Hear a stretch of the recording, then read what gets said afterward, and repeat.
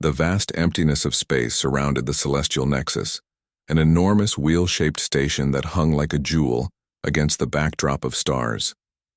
Inside the Grand Council chamber, representatives from hundreds of species gathered in rising tiers of seats.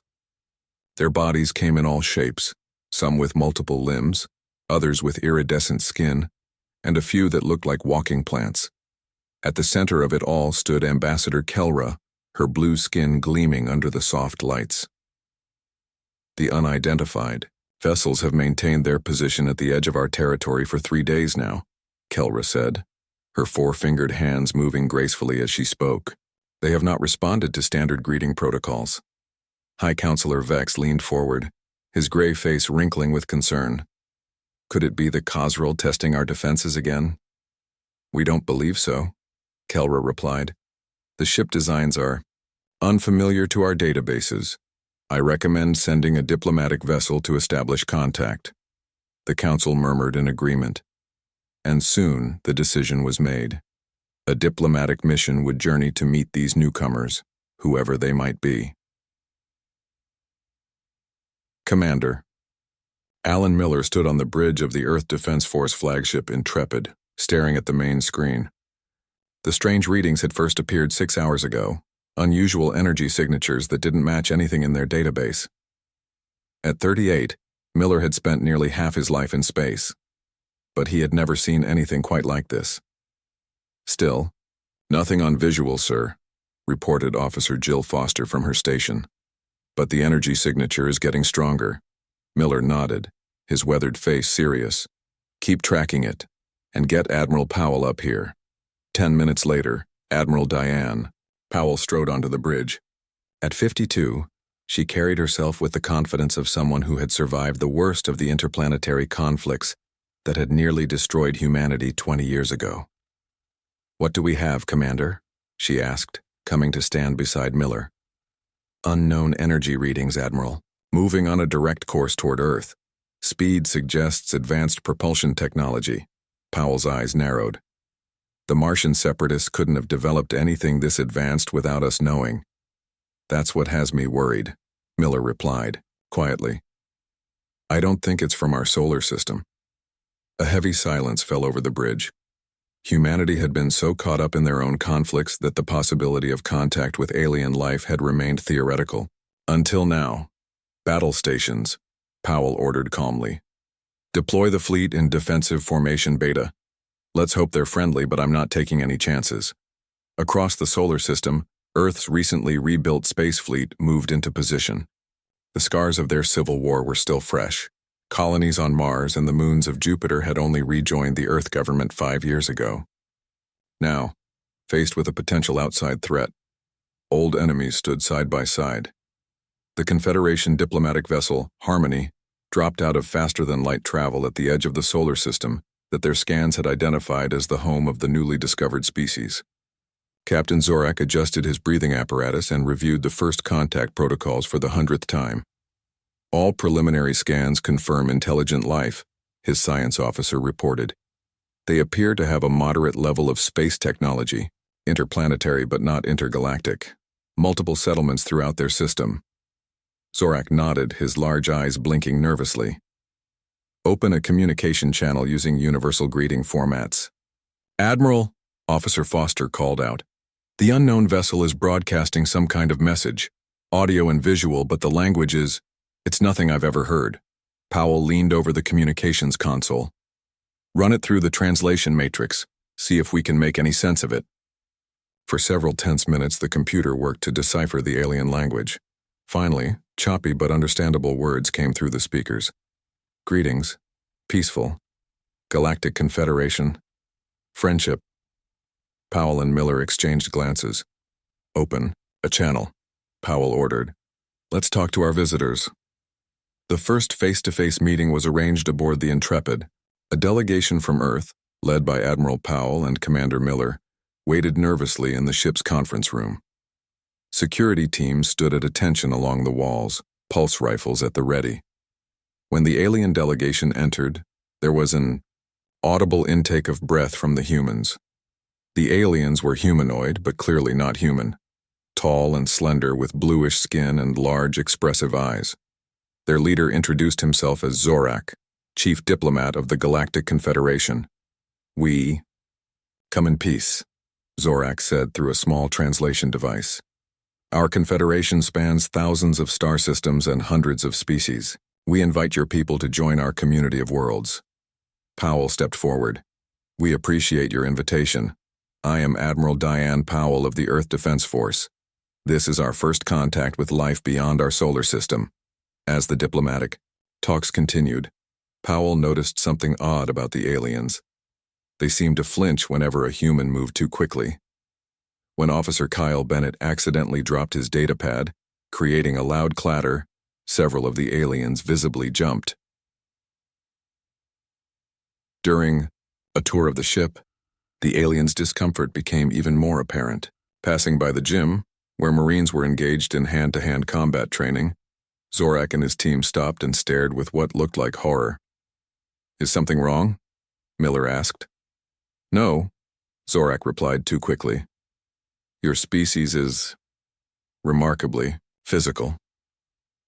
Later, when Powell offered to show them Earth's defense capabilities as a gesture of openness, Zorak politely but firmly declined. "That will not be necessary. We have seen enough to know that your people would be valuable members of the Confederation." After 3 days of talks, an agreement was reached. Earth would send representatives to the Celestial Nexus to formally begin the process of joining the Galactic Confederation. Admiral Powell selected Lieutenant Greg Simmons, a brilliant young officer with a talent for languages and diplomacy, and Dr. Susan Wright, the leading xenobiologist on Earth. As they prepared to depart aboard the alien vessel, Wright pulled Simmons aside in the shuttle bay. "Have you noticed how they act around us?" she whispered, her brown eyes serious. Simmons nodded. "Like we might bite them at any moment." "I've been analyzing their physiological responses," Wright continued. "Elevated heart rates, pupil dilation, increased respiration. Greg, I think they're afraid of us." "Afraid? Why would advanced aliens with faster-than-light travel be afraid of humans?" Wright shook her head. "I don't know, but I intend to find out." As they boarded the alien ship, neither Simmons nor Wright realized they were about to discover humanity's terrifying reputation across the galaxy, and why the peaceful Confederation had suddenly decided to make contact with the species they had long considered the most dangerous in the known universe. The Confederation ship Harmony moved through space faster than anything built by human hands.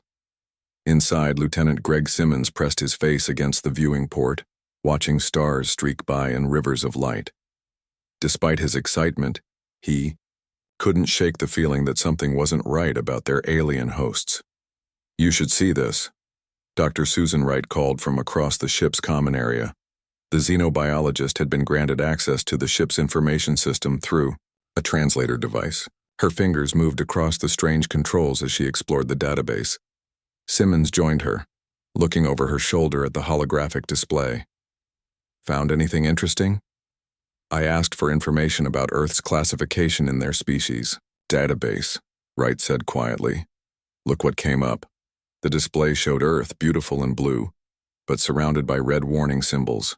Beneath it was a classification in the alien language. The translation read, "Extreme Death World, Class 5, Prohibited Contact Zone." "Death World?" Simmons questioned. Wright nodded. "According to this, they classify planets by how dangerous they are. Earth is in the highest category." "But Earth isn't that dangerous," Simmons protested. "To us, no. But look at this." Wright pulled up more information. A side-by-side comparison showed that Earth had stronger gravity than 90% of inhabited worlds, higher radiation levels, more extreme weather, and a greater number of natural disasters than most planets with intelligent life. "We evolved in conditions that would kill most of the species in the Confederation," Wright explained. "And that's just our planet. There's more." She switched to another screen that showed historical records, Earth transmissions that had been intercepted by Confederation monitoring stations over centuries. Images of human warfare throughout history flashed by, from ancient battles to modern conflicts. There were also clips of extreme sports, medical procedures, and even people eating spicy food. They've been watching us for hundreds of years, Simmons said, stunned. Studying us like we were some kind of dangerous animal. Wright nodded. And they're terrified of us. According to this data, humans can survive conditions that would kill most intelligent species. We heal from injuries that would be fatal to others. We can run longer, endure more pain, and adapt to more environments than almost any species they've encountered. Simmons sat back, trying to process this information. So, when they invited us to join their confederation, I don't think it was just for friendship, Wright finished. I think they want something from us. The Harmony arrived at the Celestial Nexus 3 days later. As Simmons and Wright prepared to disembark, Captain Zorak approached them with what they now recognized as nervous caution. There will be many species eager to meet you, he explained. Some may be overwhelmed by your presence. Please understand that most Confederation citizens have never seen a human before. We'll be on our best behavior, Simmons promised, exchanging a knowing glance with Wright. Walking from the docking bay into the main station was like entering a dream. The Celestial Nexus was enormous, with soaring ceilings and wide corridors, filled with beings of every imaginable shape and size. Some floated in the air, others moved on multiple legs, and a few seemed to glide along on cushions of light. But the moment Simmons and Wright entered, a strange hush fell over the crowd. Aliens stopped and stared. Some moved quickly away, while others whispered to their companions. A path cleared before them as they walked. I feel like we have a disease, Simmons muttered. Wright smiled tightly. More like we are the disease. Their quarters in the diplomatic wing were luxurious but clearly modified for their safety. The furniture was reinforced, the environmental controls set to Earth-standard conditions, and everything was secured as if they expected humans to break things by merely touching them. That evening, they attended a welcome reception hosted by the Confederation Council. High Counselor Vex, a tall gray-skinned being with elongated fingers, approached them with a small group of officials. We are honored by your presence, Vex said, maintaining what Simmons now recognized as a safe distance. Your species has long been of interest to our xenobiologists. Yes, we've noticed, Wright replied coolly. We're particularly interested in why Earth was classified as a prohibited contact zone until recently. An uncomfortable silence followed. Vex exchanged glances with his companions before responding. Perhaps we should discuss this in private, he suggested. In a small chamber away from the main reception, Vex explained the truth. The holographic display showed a section of the galaxy with several systems marked in red. The Khazral Empire, Vex said, pointing to the red area. For the past decade, they have been expanding aggressively into Confederation space. They do not negotiate. They do not accept surrender. They simply take what they want and destroy anyone who resists. What does this have to do with Earth? Simmons asked. Our conventional forces have failed to stop their advance, Vex admitted. The Confederation has always been a peaceful organization. Most of our member species evolved on gentle worlds. We lack the capacity for warfare that your species possesses. Wright crossed her arms. So that's it. You didn't invite us to join out of friendship. You want soldiers. Vex's large eyes blinked slowly. We want allies who can help us defend ourselves. The Khazral will reach Earth eventually if they are not stopped. By helping us, you help yourselves. And why didn't you just ask directly, Simmons demanded. Why all the secrecy about how you view humans? Would you have responded well if we had said, Greetings, we find your species terrifying and would like to use your natural aggression to fight our war? Vex asked. Wright shook her head in disgust. You see us as weapons, not people. No, Vex corrected. We see you as our only hope. You evolved on a world that forced you to become strong, to fight, to survive against odds that would destroy most species. The Khazral are the only other species we've encountered who are similarly adapted to harsh conditions. But while they chose to use their strength to conquer, you now have the opportunity to use yours to protect. Simmons looked at Wright, seeing his own conflicted feelings reflected in her eyes. We can't make this decision for all of humanity, Simmons said finally. We need to speak with our leaders. Of course, Vex agreed. We have already sent a message to your Admiral Powell. inviting her to bring a diplomatic delegation to the Nexus. But please understand, time is short. Our intelligence suggests the Khazrul are planning something significant and soon. As they left the meeting, Wright grabbed Simmons's arm. They see us as monsters, she whispered. Maybe, Simmons replied thoughtfully. Or maybe they see us as the only ones strong enough to face the real monsters out there. Outside their quarters, they paused to watch the endless stream of alien beings moving through the station.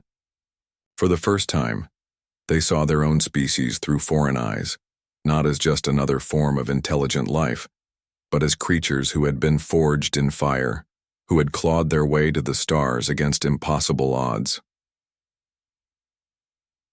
Humans, the galaxy's deadliest species, and now perhaps its last line of defense.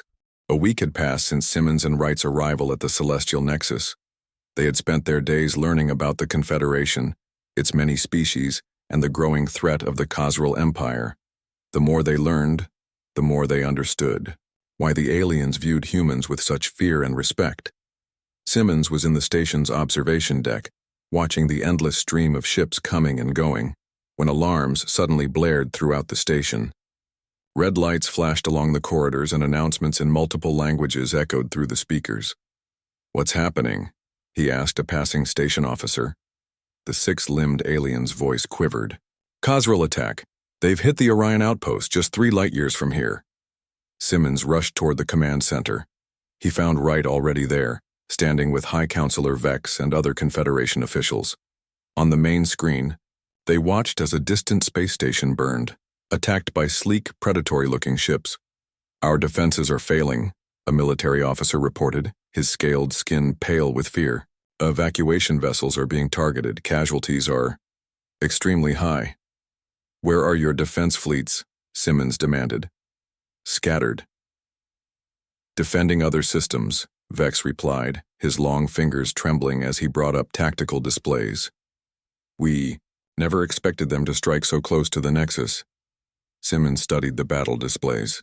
The Confederation forces were in disarray, their response uncoordinated and ineffective. Years of peace had left them unprepared for the ruthless efficiency of the Khazrul attack. "You need to focus your remaining ships on protecting the evacuation vessels," Simmons said, pointing to the tactical display. "Those smaller Khazrul ships are targeting the engines. If you shield that section, you can buy enough time for people to escape." The Confederation officers stared at him, then at each other. "He's right," one finally said. "Redirect defensive patterns as he suggests." To Simmons' surprise, they immediately began following his advice. The humans' natural grasp of combat tactics was something they desperately needed. Several hours later, the attack was over. The Orion outpost was lost, but thanks to Simmons's tactical guidance, thousands of lives had been saved.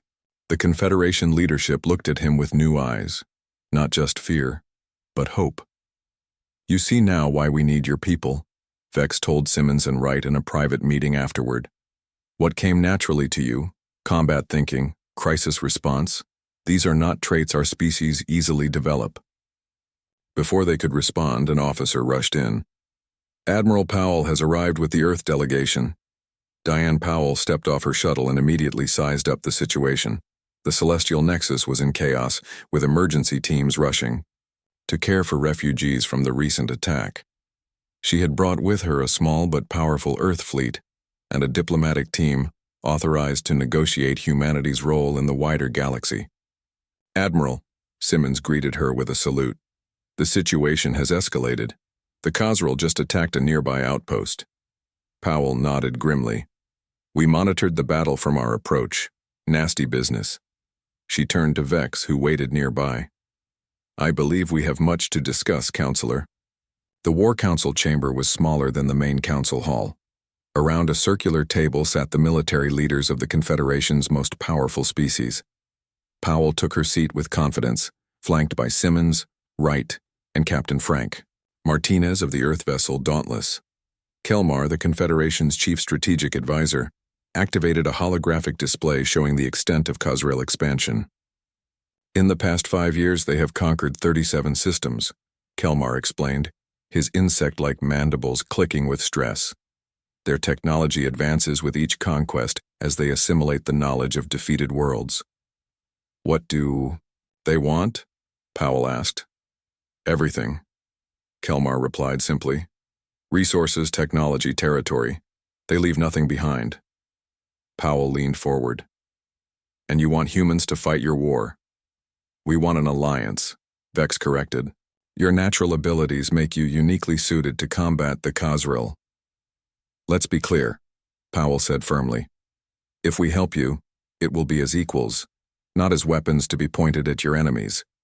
We'll need technological exchange, particularly in medicine and faster-than-light travel. The aliens exchanged glances. Agreed, Vex said finally. We need your help too urgently to negotiate terms. The first joint military operation was planned within days. Captain Martinez would lead a small fleet of Earth ships alongside Confederation vessels to intercept a Khazril scouting force. The mission: to test human combat tactics against the enemy and gather intelligence. Remember, this is as much about showing the Confederation what we can do as it is about engaging the enemy, Powell told Martinez before he departed. The Earth. Ships were smaller and less advanced than the Confederation vessels, but they made up for it with speed and maneuverability. Martinez had trained his crew in unpredictable attack patterns that no computer could easily anticipate. The engagement took place in an asteroid field near the recently attacked outpost. The Khazril ships were impressive, sleek, black vessels, with organic-looking curves and powerful weapons. But they hadn't expected human tactics. While Confederation ships maintained formation and engaged in traditional exchange of fire, Martinez split his forces into small independent units that darted between asteroids, striking from unexpected angles. They're breaking formation, his tactical officer reported excitedly. The Khazril ships are trying to adapt to our pattern, but they can't predict our movements. Martinez grinned. Because there is no pattern, keep them guessing. The battle ended with 2 Khazril ships destroyed and the rest retreating. A clear victory, but not without cost. 3 Earth crew members had died when a Khazril energy weapon breached their hull. As Martinez stood over the body bags in his ship's medical bay, he wondered if this alliance was worth the price. These people had died fighting an alien enemy they hadn't even known existed a month ago. Back at the Celestial Nexus, Dr. Wright was conducting her own investigation. While the military forces engaged the Khazril, she had been granted access to Confederation historical archives to better understand the conflict. Working late in the archives, she noticed discrepancies in the timeline of first contact with the Khazril. Official reports stated that the Khazril had initiated hostilities, but older records suggested something different. With the help of a young Confederation archivist named Geltor, who had taken an interest in human culture, Wright discovered sealed records from 10 years earlier. These files are restricted, Geltor warned, his large eyes darting nervously. Access is limited to High Council members only. But you can open them? Wright asked. Geltor hesitated, then nodded. I can, but if anyone discovers I helped you, no, one will know. Wright promised. The files contained shocking information. The initial Khazril aggression had not been unprovoked. Confederation exploration vessels had discovered rare mineral deposits in Khazril territory and had begun secret mining operations. When discovered, the Confederation had refused to acknowledge their intrusion or offer compensation. The war didn't begin the way they told us, Wright whispered. What will you do with this information? Geltor asked anxiously. Wright stared at the damning evidence. Humanity was being dragged into a conflict that was more complex than they had been led to believe. The Confederation wasn't entirely innocent, and knowing the full truth might change everything about their approach to this war.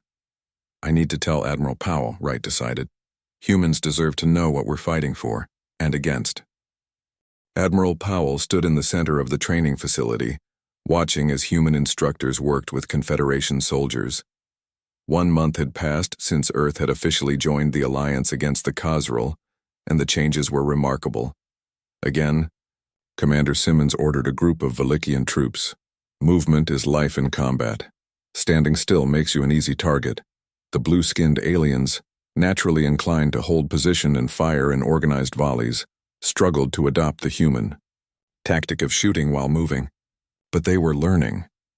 Their casualty rates have dropped by 60%, Powell noted to the Confederation military liaison beside her, and mission success rates are up. Your methods are unconventional, the liaison admitted, but effective.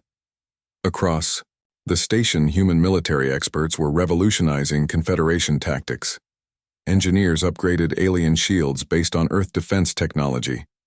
Pilots learned unpredictable flight patterns. Medical teams adopted human emergency procedures. Powell watched with pride but also concern. Every day, the Alliance pulled humanity deeper into this interstellar conflict. She wondered how this would change her people in the long run. Back on Savior, Earth, the revelation that humans were considered the galaxy's most dangerous species had created widespread debate. President Olivia Reeves addressed the United Nations from her office in Washington. The Confederation's view of humanity presents us with both a challenge and an opportunity, she said, her face broadcast to billions around the world. Some would have us embrace this fearsome reputation, become the warriors of the galaxy. Others argue we should prove our capacity for peace is greater than our capacity for war. The cultural response varied wildly. Military recruitment had soared. Universities rushed to establish xenobiology departments. Religious leaders debated the theological implications of alien life. Companies scrambled to develop products for interstellar trade.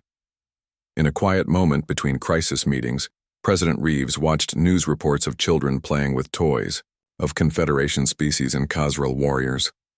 We've barely begun to understand what this means for our future, she told her chief advisor.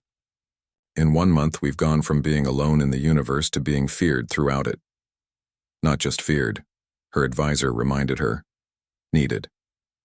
On the front lines, Captain Martinez's ship, Dauntless, had become the tip of the spear in the Alliance's counteroffensive. His crew had adapted to space combat with remarkable speed, and Confederation vessels now followed his tactical lead without question. After a successful mission to disrupt Khazrel supply lines, Martinez sat in his quarters, looking at the photos of the crew members he had lost. Their number had grown to 12. A message alert sounded on his console. It was from Dr. Wright, marked urgent and encrypted. Martinez opened it and read with growing concern about Wright's discovery regarding the true origins of the conflict. With the Khazrel, the Confederation provoked this war, he whispered to himself. We're fighting and dying for people who lied to us. His first instinct was anger, but years of command had taught him to think beyond emotional reactions. If this information became widely known, it could shatter the Alliance at a critical moment. Yet fighting without knowing the full truth seemed equally wrong. Martinez secured the message and set course back to the Celestial Nexus. This was something Powell needed to know immediately.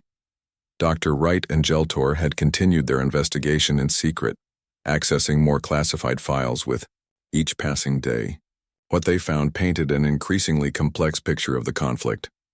The Khazrel were facing a resource crisis when the Confederation began mining in their territory, Wright explained to Simmons in her secure quarters. Their sun was entering an unstable phase, causing radiation spikes on their homeworld. They were desperate for the very materials the Confederation was taking. Simmons reviewed the evidence. And instead of helping them, the Confederation stole from them. Not the entire Confederation, Wright corrected. A faction within the leadership, specifically from species who controlled the mining operations. They stood to profit enormously. Does Powell know? I've sent everything to her and Martinez. We're meeting tonight to decide what to do. The door chime interrupted them. Wright checked the security feed and quickly hid the evidence. A Confederation security team stood outside. Dr. Wright, Lieutenant Simmons, the lead officer said when they opened the door. The High Council requests your immediate presence. The Khazrel have broadcast a message to all Confederation worlds. It concerns humans. The message played on screens throughout the Celestial Nexus. A Khazrel leader, his scaled skin dark red and his eyes gleaming with intelligence, spoke directly to the camera. People of the Confederation, he began, his voice translated by computer. Your leaders have brought a new species into our conflict, humans from the planet Earth. We have studied these creatures and recognized them as being like ourselves, evolved on harsh worlds, built for survival at any cost. The Khazrel spread his clawed hands. We offer peace to all Confederation worlds that reject the human alliance. Help us eliminate this dangerous species before they infect the galaxy with their violence, and we will end hostilities immediately. The message ended, leaving stunned silence in the council chamber. They're trying to divide us, Vex said finally. Are they?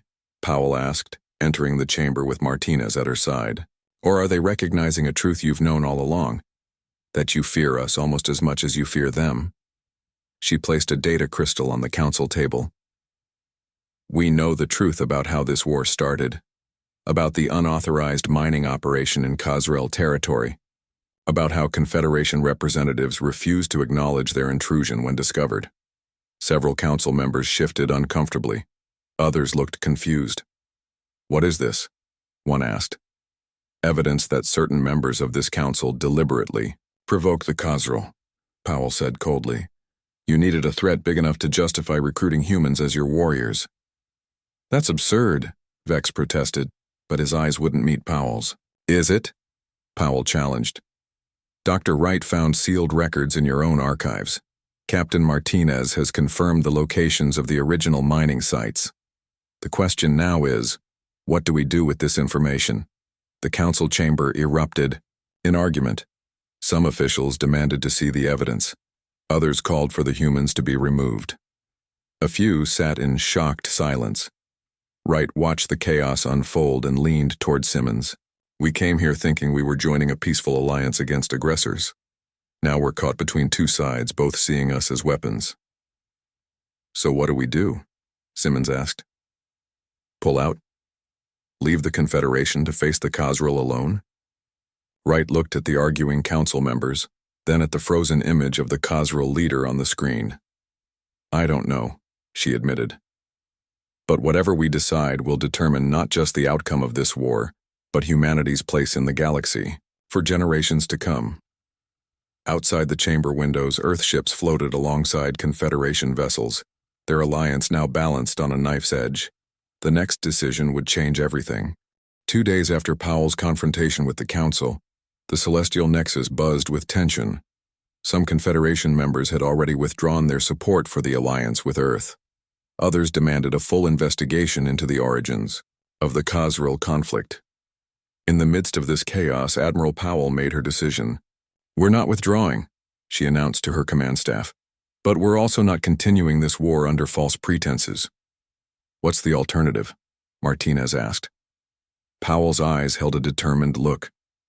We show the galaxy what humans are truly capable of. Captain Martinez looked out from the bridge of the Dauntless as his ship led a small fleet toward Khazrel territory. This was not a combat mission, at least not in the traditional sense. Any response to our transmission? He asked his communications officer. Nothing yet, sir, but they're definitely tracking us. Martinez nodded. This mission was risky, but it was also humanity's best chance to change the narrative. Using Wright's research, they had identified a Khazrel world facing severe resource shortages, likely the reason for their aggressive expansion. They're hailing us, the officer reported suddenly. A Khazrel commander appeared on screen, his reptilian features set in a suspicious frown. Human vessels. You have entered Khazrel space. State your purpose or be destroyed. Martinez stepped forward. I am Captain Frank Martinez of Earth. We come with a proposal for the Khazrel leadership, not from the Confederation, but from humanity directly. Back at the Celestial Nexus, Powell watched anxiously as the communication logs from Martinez's mission came in. Beside her stood Wright, Simmons, and Geltor, who had risked his position to help uncover the truth. Do you think they'll listen? Wright asked. The Khazrel are pragmatic, Geltor offered. If your proposal benefits them, they might. The waiting seemed endless. Then, finally, a secure transmission from Martinez appeared. They've agreed to talks, he reported. Their resource crisis is even worse than we thought. The radiation from Their sun is increasing faster than predicted. Powell felt the first glimmer of hope. And our offer? They're considering it.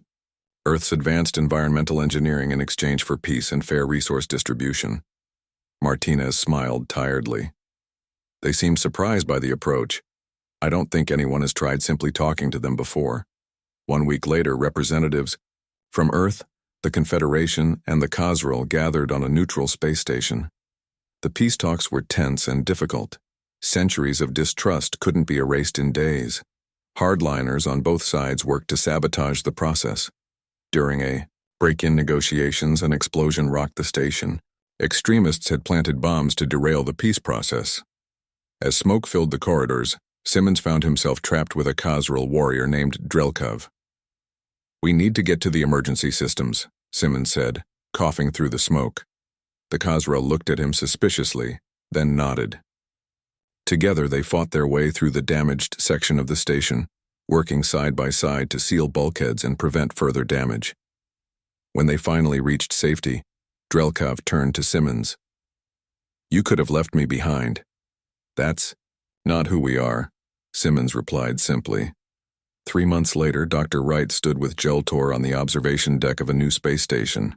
Unlike the military installations that had defined the conflict, this was a research center, the first multi-species institute dedicated to peaceful cooperation. "The Confederation is changing," Geltor noted. "The old leadership has been replaced. The truth about the war's origins is now public knowledge," Wright nodded. "And the Khazral are receiving the help they need for their world. It's not perfect, but it's a start." Across the station, humans worked alongside both Confederation species and Khazral. Knowledge and technology flowed freely between civilizations that had been at war just months before. On Earth, Admiral Powell read the reports from the Institute with satisfaction. Humanity had found its place in the galaxy, not as the deadliest species, but as one that understood when not to fight. Strength greater than any weapon. They declared war on the galaxy's deadliest species, she mused to herself. But they never expected that our greatest power wasn't our capacity for violence. It was our capacity for peace. The stars outside her window seemed brighter somehow, full of new possibilities. The universe was vast and complex, filled with dangers and wonders alike. But for the first time, humanity faced it not alone, but as part of something greater, a hard-won unity, built not on fear, but on understanding. The Q. End.